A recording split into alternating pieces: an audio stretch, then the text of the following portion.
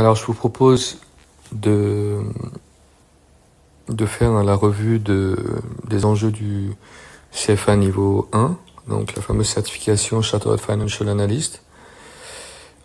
On va commencer, donc c'est un guide de préparation par l'introduction, donc c'est une certification qui requiert un certain niveau d'études et plusieurs années dans l'univers de la finance, mais vous pouvez l'obtenir, passer les différents niveaux, et pour avoir la certification, effectivement, il faut remplir des conditions supplémentaires, mais c'est pas très important puisque vous pouvez l'avoir et le mobiliser effectivement avec tout ce que vous avez appris. Bon, il y a un taux de réussite qui a eu tendance à fléchir massivement en 2020 et il se rapproche de 40-43%.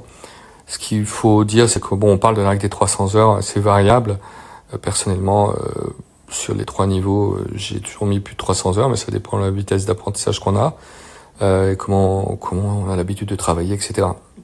Bon, c'est vrai que l'idée, c'est de taper au moins, pour avoir une marge de manœuvre 65-70 à tous les examens blancs que vous ferez, d'autant que ça apporte énormément de confiance. Alors, le format, il y a 180 questions à choix multiples, c'est 2 sessions de 2h15, soit 135 minutes, et il faut compter à peu près 1 minute et demie par question. Donc il faut comprendre que vous savez pas. Le problème, c'est que la nature humaine, elle a envie d'avoir raison, et vous pourrez rester bloqué 5 minutes, voire plus, sur une question juste parce que vous l'avez sur le bout de la langue.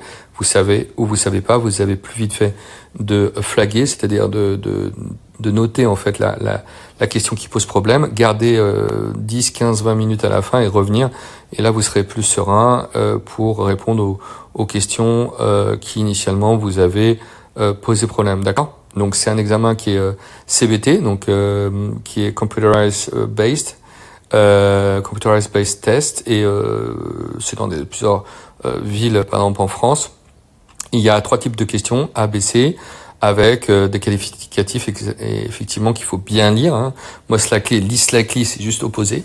Il n'y a pas de question vrai, faux ou sauf. Il y a une seule proposition possible, et en fait, il faut cocher une des 3 puisqu'il n'y a pas de point en moins, même si on se trompe. Vous voyez. En fait, il y a 10 thèmes sur la structure du curriculum et les pondérations. Alors, chaque volume, dont donc forcément le CFA Level 1 comprend 3000 pages. On passe souvent par ce qu'on appelle des third-party providers qui résument, comme Schweitzer, comme d'autres, le curriculum, qui synthétise, mais faire attention, quand vous comprenez pas, vous pouvez vous référer au curriculum officiel que vous avez quand, par défaut, par voie électronique, quand vous vous inscrivez. Donc, vous voyez les pondérations ici, pour l'année en cours, Ethics 15-20, un gros poids, Financial Statement Analysis qui est pas la matière la plus facile pour la plupart des candidats, 11-14. Donc vous voyez, vous êtes au milieu 13 et 17, vous êtes à peu près à 30% sur les 2 premiers topics. Et après, ça tombe.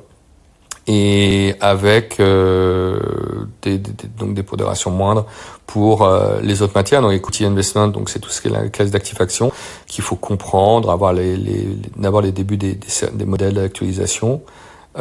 Comprendre les principales modèles d'évaluation type Gordon, fixed income, donc c'est les produits de taux, portfolio management, la gestion de portefeuille, et alternative investment. On retrouvera ces matières, ces topics exactement pour le 2, avec le 3 qui donne une large part à la gestion de portefeuille. Donc le planning d'études recommandé 300 heures, vaut mieux s'y prendre 6 mois à l'avance. 3 mois, c'est peut-être un peu court, et 1 an, on risque de perdre le souffle. On dit que c'est un marathon et un sprint, sachant que le dernier mois doit être dédié vraiment à la pratique, des examens blancs. D'accord.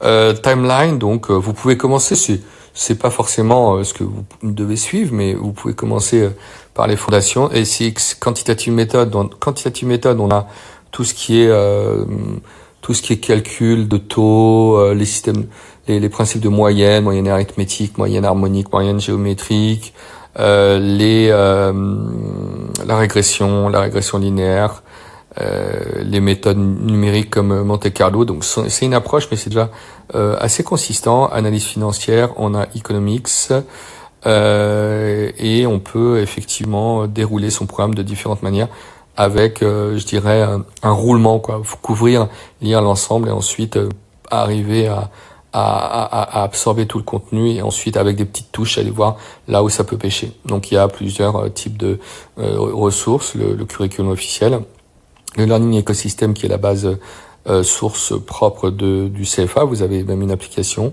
et vous avez des third-party providers, notamment le plus connu étant Kaplan Schweizer. Vous avez ici, ce qui est pas noté, certains forums, comme Analyse Forum, sur lesquels vous pouvez poser des questions. Et bien entendu, il faut pratiquer l'utilisation de la calculatrice qui fera l'objet d'une autre vidéo. Donc, évitez de lire. À un moment donné, il faut prendre son crayon et passer les questions. Il y a croire savoir, et vous saurez que si vous avez vraiment fait, d'accord? L'intuition, ça suffit pas, et vous pouvez vous amuser à faire des fiches de synthèse, mais il faut savoir que vous allez potentiellement, allonger la durée en fait de collecte de l'information. Voilà. Donc il y a un certain nombre de formules. Je vous invite à les comprendre, à les connaître, mais surtout à les comprendre, et vous les retiendrez mieux et vous serez pas captif de la mémorisation d'une formule donnée.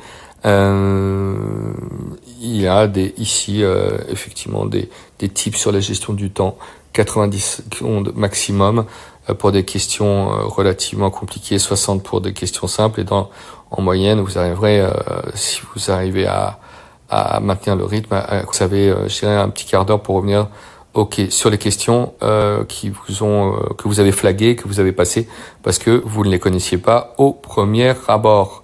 Voilà, donc les conseils pratiques pour le jour J, je vous donnerai, donc bien sûr arriver avec son passeport, interdiction de tout appareil électronique, mais ça c'est quelque chose que vous pourrez regarder plus posément, et je donnerai le lien vers le blog qui contient ce petit guide détaillé. Voilà.